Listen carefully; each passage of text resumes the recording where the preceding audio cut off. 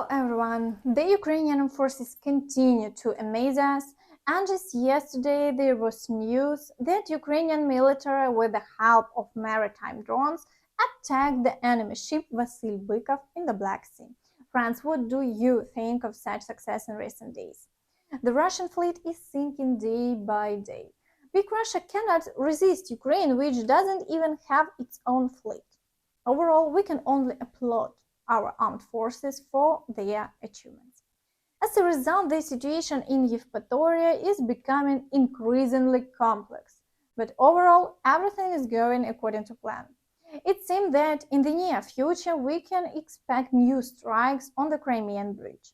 Yesterday, there was news that a part of the Kerch bridge has been repaired and traffic has been opened, so we are waiting for further updates. But before we move on to the frontline overview, I ask you to share this video on social media and watch it to the end. It will greatly help promote my channel. Thank you. Now let's move on to the Bakhmut direction. I want to explain the situation with Andriivka that occurred yesterday. At 4 p.m., Hanna Mahler posted on social media stating that the Ukrainian forces had liberated the settlement. However, at 4:30 p.m., the fighters of the 3rd Assault Brigade declared that the statement about the capture of Andriivka was erroneous and premature. Currently, serious and heavy fighting is ongoing in the areas of Klishchiivka and Andriivka. Following this, Hanna Mahler corrected her post, mentioned that the situation is very complex and volatile. However, today, the fighters from the 3rd Assault Brigade who are conducting the clearance of Andriivka stated in their Telegram channel that as a result of a lightning-fast operation, the Russian garrison in Andriivka was surrounded, cut off from the main forces and destroyed. As of now, the battles are ongoing and our units continue to consolidate on new positions. It seems that the fighting for Klishchiivka and Andriivka has been going on for almost the entire summer. This is already, one could say, the 4th month. Yet the occupiers continue to do everything to prevent the Ukrainian forces from establishing control over these settlements. Why do they refuse to retreat from these populated areas? Andriivka and Klishchiivka are two important points on the southern flank of Bakhmut, near which dominant heights are located. Capturing them would allow Ukrainian forces to launch an offensive to the east. Today, attacks in the direction of Bogdanivka also continue. Russian forces haven't achieved significant success, but all attacks have to be repelled multiple times a day, so the situation is very complicated regardless. Additionally, the shelling in this area continues without cessation. In the Avdiivka direction, the situation has stabilized for now. The Ukrainian forces conducted a successful operation, slightly shifting the front line, but there have been no new developments so far. According to the latest reports from the Ukrainian forces, they are still holding the outskirts of Opetne, but they are not advancing further. The occupiers are currently reinforcing their positions and no movement is observed. South of this area in Marinka, the situation has also stabilized. The occupiers are regrouping and currently only shelling incidents are reported. In the Vuhledar direction, the occupiers continue shelling, but there are no reports of new attempts to regain lost positions. It seems that the Russians are beginning to understand that they have no chances of retaking that territory. Meanwhile, the Ukrainian forces continue to actively shell the occupied territory. On geolocation maps, it's evident that over the past day, significant activity has been observed around the village of Kremenchik, which is located about 4 kilometers from Novodonetsk, which is now in the gray zone. This suggests that preparation for further advances might be underway. In the Zaporizhzhia direction, the occupiers are actively trying to impede the counteroffensive and conduct counterattacks in various directions. Currently, there are active attacks near Verbove and Bilogiria. While there hasn't been significant progress, the situation is quite challenging. The occupiers have concentrated a significant number of forces in this direction, leading to a high intensity of attacks. Over the past day, there have been no changes along the front line, and the Ukrainian armed forces haven't advanced further toward Bakhmut, possibly due to the difficulties on the flanks. In the Kherson direction, shelling continues along the entire front line, despite the Ukrainian armed forces actively targeting Russian positions and ammunition depots.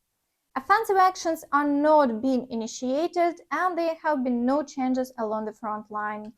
However, due to the challenging situation with shelling, mandatory evacuations of families with children have been announced.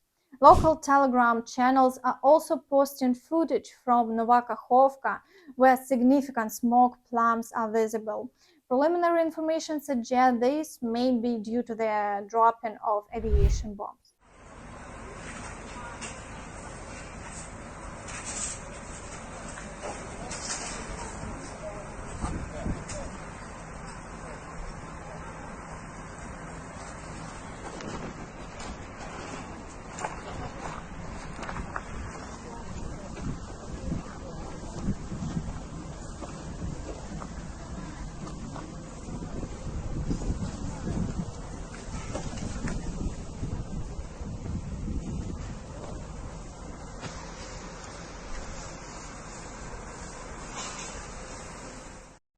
In the Kupiansk direction, the occupiers continue shelling.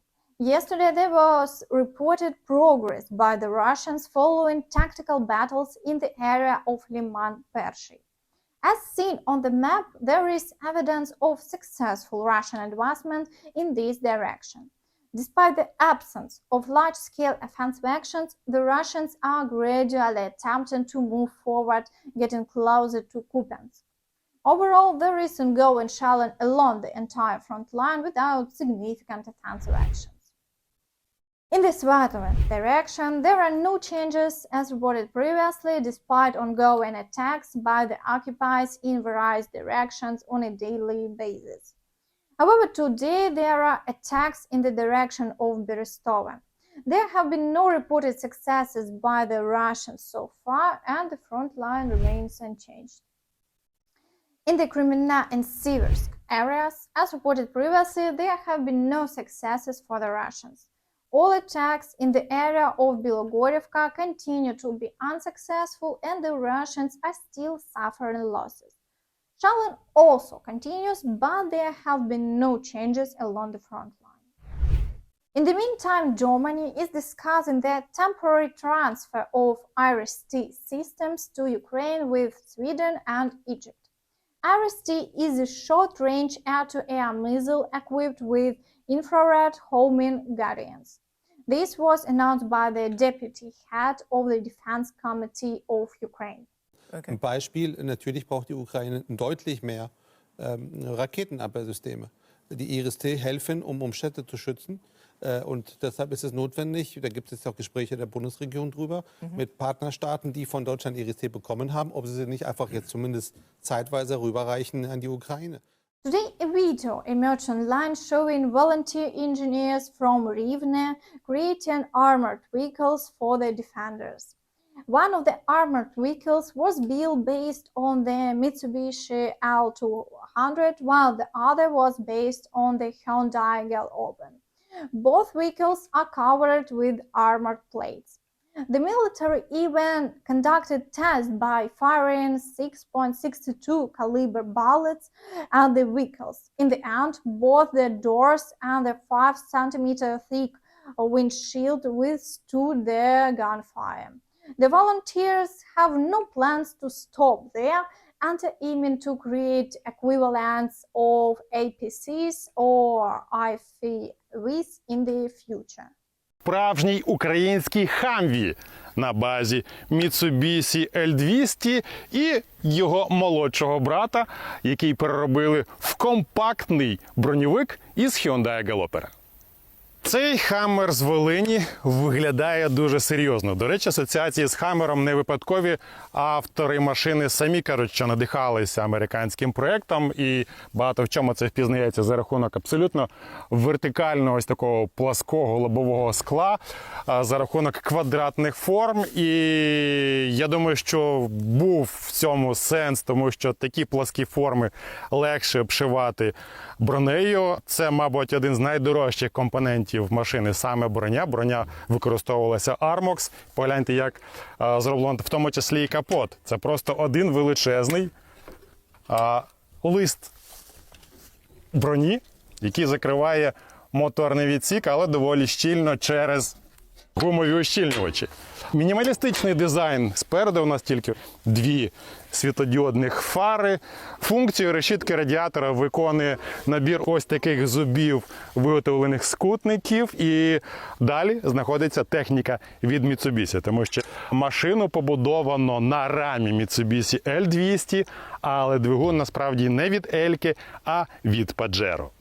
Звичайно, з точки зору позашляхової геометрії це не зовсім Хамві, тому що тут не такі маленькі кути в'їзду, як, наприклад, на американському автомобілі, але все одно виглядає дуже серйозно, тому що, погляньте, кут доволі непоганий. Спереду все це захищено потужним бампером, звареним з така реально майже рельса.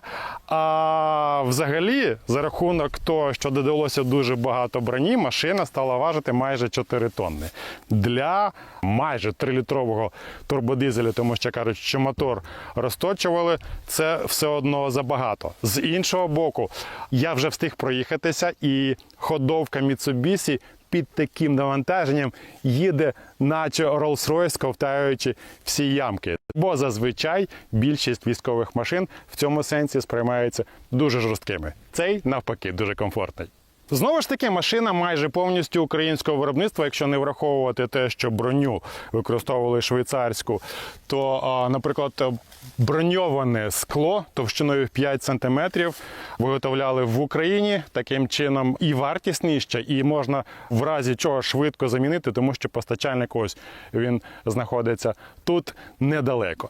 Їде Хамві дуже м'яко, тому що спереду в нього пружини, але не забувайте, що машина все-таки у виконанні пікап, тому розрахована на перевезення вантажів, і ззаду в нас встановлено ресори.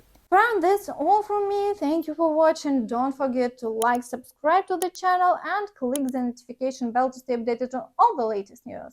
See you next time. Bye bye.